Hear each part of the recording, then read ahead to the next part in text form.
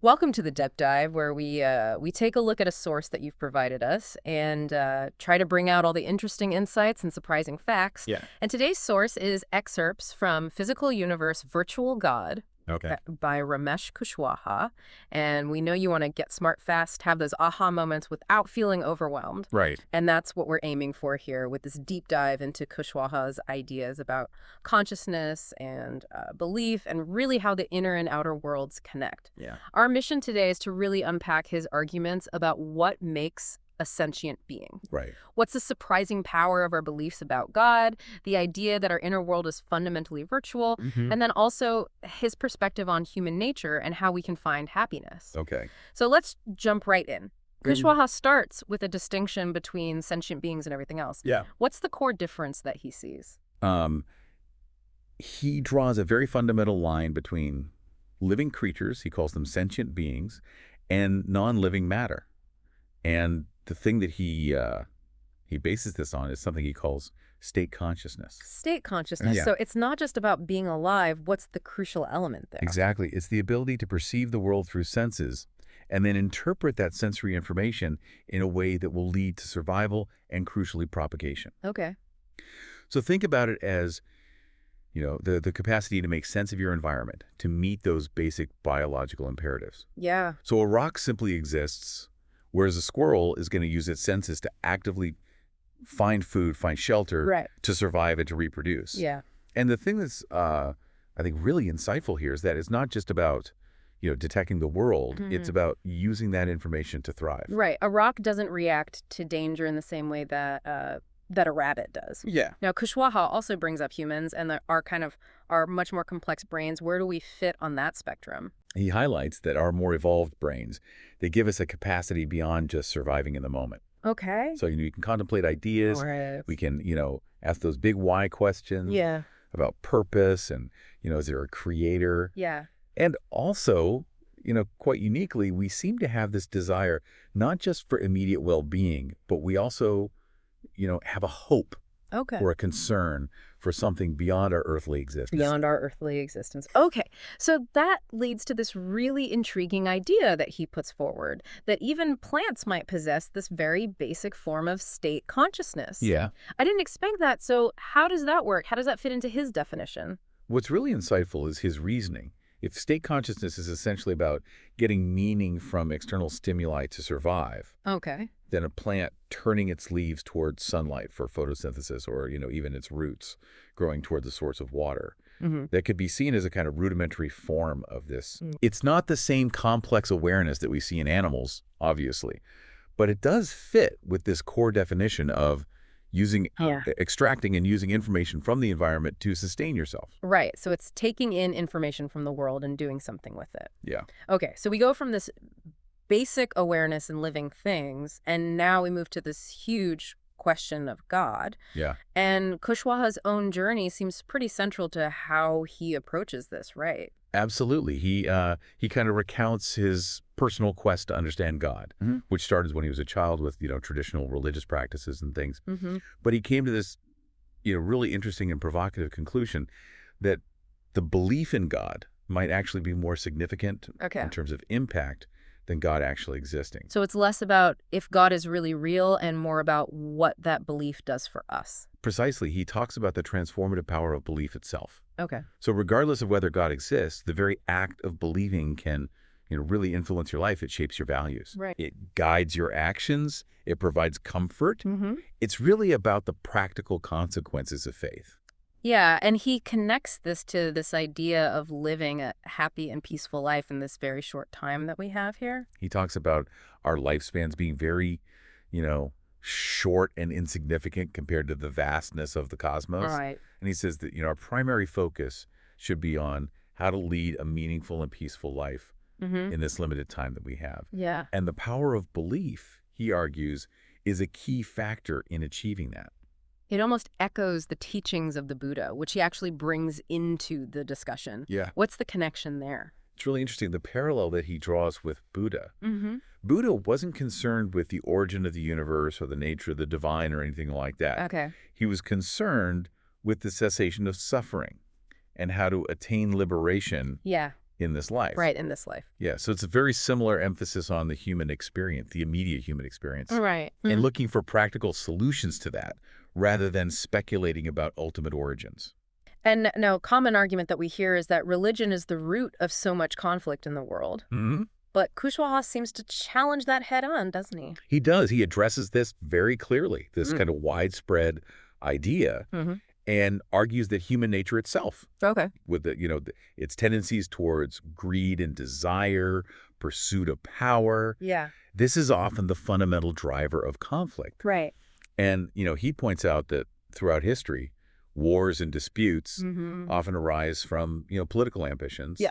social inequalities, economic competition, and, just ego clashes. And Okay. religion is sometimes invoked as a justification or a tool, Yeah. but isn't the core cause.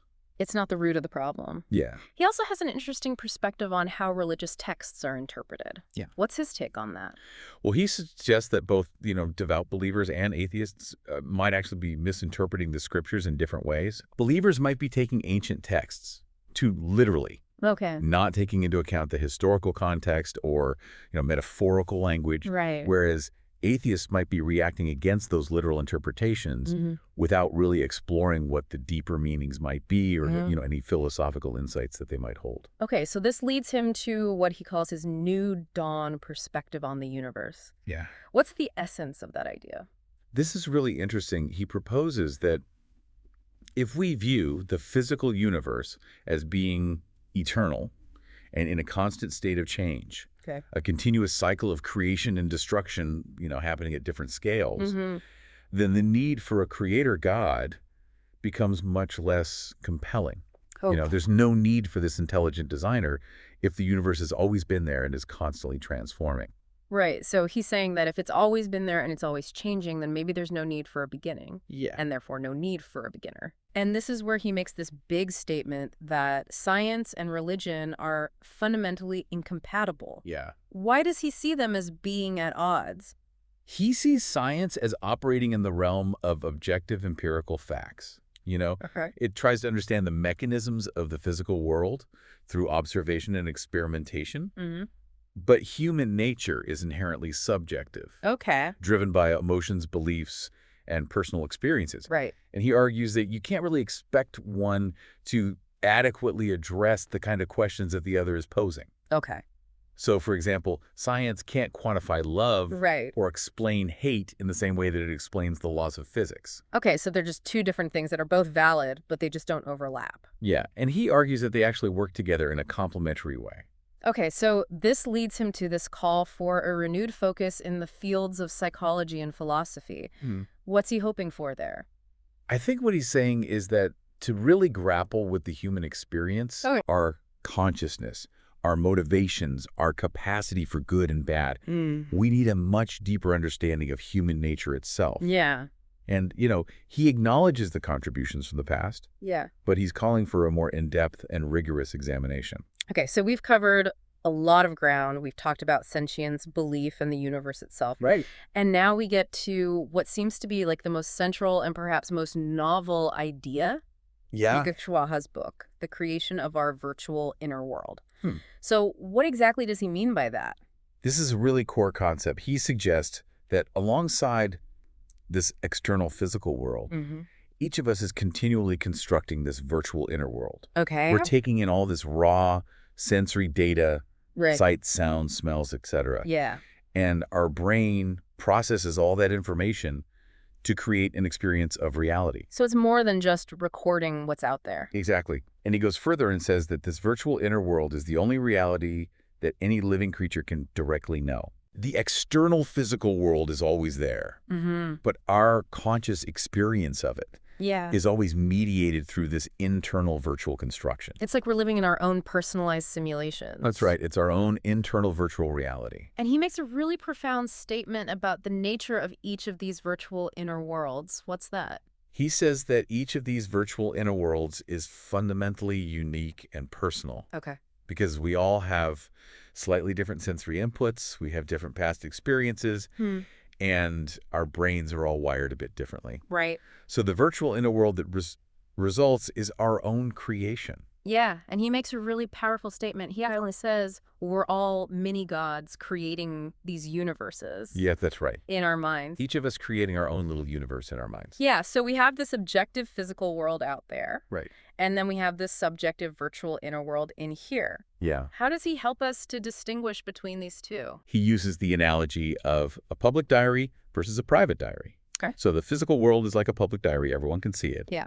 Whereas your virtual inner world is like your own private journal, Right. only known to you. Okay. And he also gives a really practical example. The weight of an object measured on a scale, Mm-hmm. that's an objective fact in the physical world. Right. But our personal perception of that weight, Yeah. whether it feels heavy or light to us, Yeah.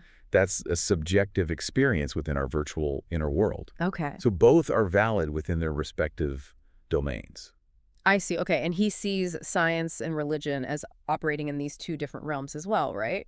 Exactly. He likens them to yin and yang, science primarily concerned with the objective facts and laws of the physical world, Yeah. whereas religion focuses on personal beliefs and values, experiences Right. that we have within this subjective virtual inner world. So again, they're both valid in their own spheres. Yeah, and again, he argues that you shouldn't really see them as being in conflict, but they're complementary ways of engaging with reality.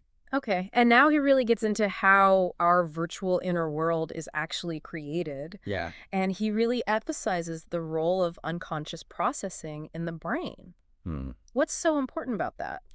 Well, he points out that the vast majority of the brain's activity, Yeah. he puts it at about 95%, Wow. happens below the level of our conscious awareness. Yeah. It's only after all this unconscious processing that the result then comes into our awareness, Right. and that awareness is what we identify as consciousness. Okay. So our conscious experience is really just the tip of the iceberg, Oh, wow. of this huge amount of unconscious neural activity. Yeah. It's kind of amazing that we only experience 5% of what's going on in our brains. It's pretty mind-blowing. Yeah. And he gives some really cool examples of things that he considers to be virtual. What kind of things is he talking about? He talks about things like computer simulations, Okay. financial transactions, even the characters and events in a novel. Okay. He emphasizes that these virtual entities can have very real effects in the physical world. Okay. So money transferred virtually can have an impact on the economy. Right. Or a simulated environment can be used to train pilots. Right. Flight simulators. Yeah, exactly. And he even goes on to say that our fundamental perceptions of time and space Okay. are virtual constructs of our brains. Yeah, it's funny how time can feel like it's flying by when you're having fun, but then it just drags on and on when you're bored. Exactly. And he also extends this to our own bodies. Oh, wait, how so? He says that our body image in our brain is actually a kind of a virtual map. Wow. And then sensations like pain are actually virtual experiences that the brain creates in response to physical signals. So it's not the actual pain that we're feeling, it's the brain's interpretation of that pain. Yeah, think about phantom limb pain. Okay. The physical limb is gone, but the virtual sensation of pain can persist. Right, that's so wild. Yeah, it really emphasizes this idea that what we're experiencing isn't always a direct reflection of what's happening in the physical world. Yeah. Okay, so the brain's constantly taking in information, interpreting it, Yeah. and the meaning that it assigns is what matters. Yeah. For our experience and ultimately for survival. That's a key takeaway. The raw physical signals themselves are kind of neutral. Okay. It's the brain's interpretation that gives them meaning and significance within our virtual inner world. And that interpretation is shaped by our past and our survival needs. Exactly. It's shaped by everything that's happened to us Right. and what we need to do to survive. Okay, so this whole concept of the virtual inner world is pretty mind-bending. Yeah, it is. Now, Kushwaha also talks about this phrase, shifting sands of, what does that even mean? Well, he's referring to how selective our conscious experience is within our virtual inner world. We're really only aware of what we're focusing our attention on at any given moment. Yeah. If we're not paying attention to something, it's almost like it doesn't exist in our conscious awareness, Interesting. even if it's physically present.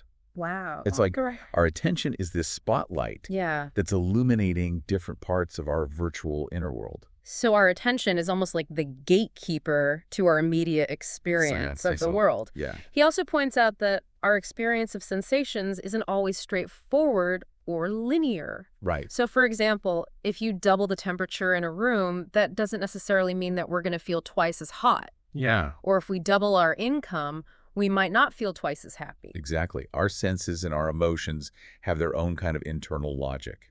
Okay.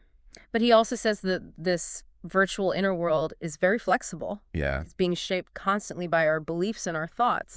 And this is where he brings in things like the placebo effect Yes. and even faith healing. Yeah. He suggests that the power of belief can really shape our experience in the virtual inner world and potentially influence our physical and mental well-being. So just believing that something can work Yeah. can actually make it work. Well, he sees that as a possible explanation for the placebo effect. Right, where if you believe that a treatment is going to work, Yeah. it might actually have a real impact on your health, even if it's not really doing anything. That's right. And it could even play a role in faith healing and the effects of prayer. Okay, so it's like our internal virtual reality can be influenced by our thoughts. Yeah, and our beliefs. Okay, so in this virtual inner world, there's got to be an experiencer. There's the I that's having all these experiences. Yeah. He calls this the virtual empirical self, or VES. Right. So what exactly is that? He defines the VES as the part of us that experiences the virtual objects and events within our virtual inner world. Yeah. So it's the I that thinks, I like this, I see that, I feel pain. Right. You can think of it as our personal avatar within this virtual reality. It's the subjective center of our conscious experience. But he does acknowledge that the process of how this I becomes aware, Yeah. the whole idea of going from brain activity to subjective conscious experience, that's still a big mystery. That's right. He calls that the hard problem of consciousness. Yeah. Neuroscience has come a long way in understanding brain function, but the way in which physical processes in the brain become subjective, qualitative experience, that still remained a huge challenge for science. So the question is, how does data processing become the experience of red or the feeling of joy? Exactly. Still a big mystery. Now, Kushwaha puts forward this concept that he calls virtual physicalism. Right. What does that mean? It sounds like a kind of a weird combination of words. It's an interesting term. Yeah. He's basically saying that we should understand our experiences as being virtual rather than non-physical in some mysterious way. But crucially, he says this virtual aspect is rooted in the physical world. So it's not like the old mind-body dualism where mind and body are totally separate. He says the virtual emerges from the physical, and it depends on it. And he uses the example of emotions to illustrate this. Yeah. So how do emotions fit into this virtual physicalism idea? Well, emotions aren't physical objects that you can hold in your hand. Right. But they have very real physical effects on the body. You know, things like changes in heart rate and hormone levels. Right. He sees emotions as virtual influencers that can have a big impact on our physical state. So even though emotions are virtual, Yeah. they can still cause real changes in our bodies. That's right. Virtual physicalism kind of bridges the gap between the two. Right. It says that the meaning and impact of these virtual experiences can be huge without requiring a direct one-to-one mapping back to physical signals. So the same virtual object, like a memory, can evoke different emotional responses at different times. Exactly. Depending on the context. It's not just a simple equation. Yeah. There's a lot of complexity in there. So with all this in mind, how does Kushwaha define the self, the VES, in relation to all these other ideas about the self that we see in science and religion? Well, he kind of touches on how the self is viewed in different traditions. Yeah.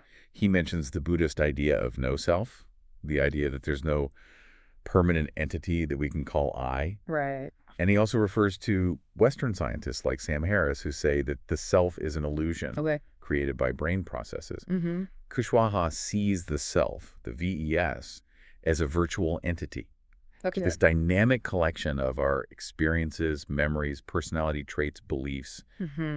It's something that accumulates and evolves over time. It's almost like layers building up over time. So it's always changing and being shaped by new experiences. Yeah. And he even suggests that we might have multiple versions of this self, these VESs, that come to the forefront depending on the situation. So it's almost like we're playing different roles with different versions of ourselves. Yeah. So the you at work might behave a little differently than the you at home. Right, because the context is different and the things that we need to do are different. Exactly. But he makes it very clear that this self is still a virtual construct. Yes. And that's why it can be so fluid and contradictory sometimes. That's right. And he's careful to distinguish this I, or VES, from the concept of the soul as it's understood in some religions, Okay. particularly when they're talking about, persistent reincarnating soul. Right. Okay, so that's different. Yeah. Now, he also points out that this VES, while it's necessary for us to have an experience of the world, Yeah. can be the source of both positive and negative behaviors. That's right. This self, in its drive to experience the virtual inner world, Mm-hmm. it leads to desires, attachments, and then eventually negative emotions like greed and envy. Right. So we want things, and when we don't get them, Yeah. that can lead to suffering. Exactly. But it's also the foundation for positive emotions Yeah. like empathy and compassion. Right, so it cuts both ways. Yeah, it's the engine that drives both our best and our worst impulses. Right. Okay, and this leads to the ideas of attachment and detachment. Yeah.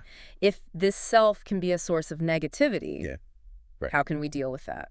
Kushwaha points out this paradox that the self, the VES, Hmm. is needed to have any experience of the world. Yeah. But it can also be a source of suffering Yeah. because of its attachments and its desires. Mm-hmm. He suggests that by learning to detach our VES from these virtual objects, we can reduce those negative aspects. Now, detaching from objects doesn't mean that we become completely indifferent to the world. That's right. Right. It's about reducing our clinging and dependence. Okay, so it's about changing the relationship. Yeah, it's about having a healthier relationship with the objects and experiences in our virtual inner world.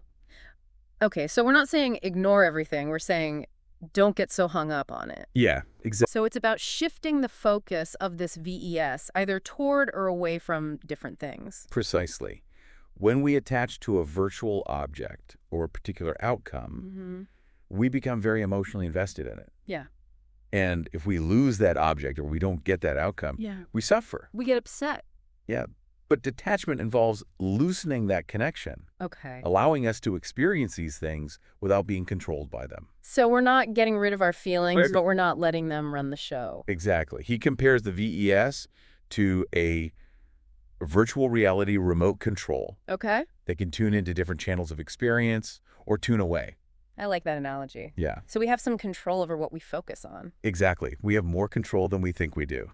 He gives examples of how this detachment works in real life, Yeah, like how people say their pain lessons when they're visiting a sacred place or doing something enjoyable. right. He talks about how people report a reduction in physical pain and emotional distress when they're doing something that they find enjoyable. Right, like listening to music or watching a movie. Exactly. Or being absorbed in a good book or visiting a place that they find sacred. Right, or even meditation. Yeah, and he points out that brain imaging studies have actually shown that this isn't just a subjective feeling. Okay. There are measurable reductions in pain perception. So it's real. Yeah, and it Yeah. suggests that there's a real shift happening Yeah. in how the brain is processing those pain signals. Wow, so our minds can really change how we feel physically. Yeah, it's a powerful example of the mind-body connection. Okay, so we've explored state consciousness, this idea of the virtual inner world and this VES. Right. Now we're moving into what Kushwaha calls pure consciousness. Yeah. How does that build on what we've been talking about? He defines state consciousness as this very basic level of awareness that's geared towards survival and propagation, Okay. which he thinks might be present in, even plants in a basic form. Right. But pure consciousness, or PC, Mm-hmm.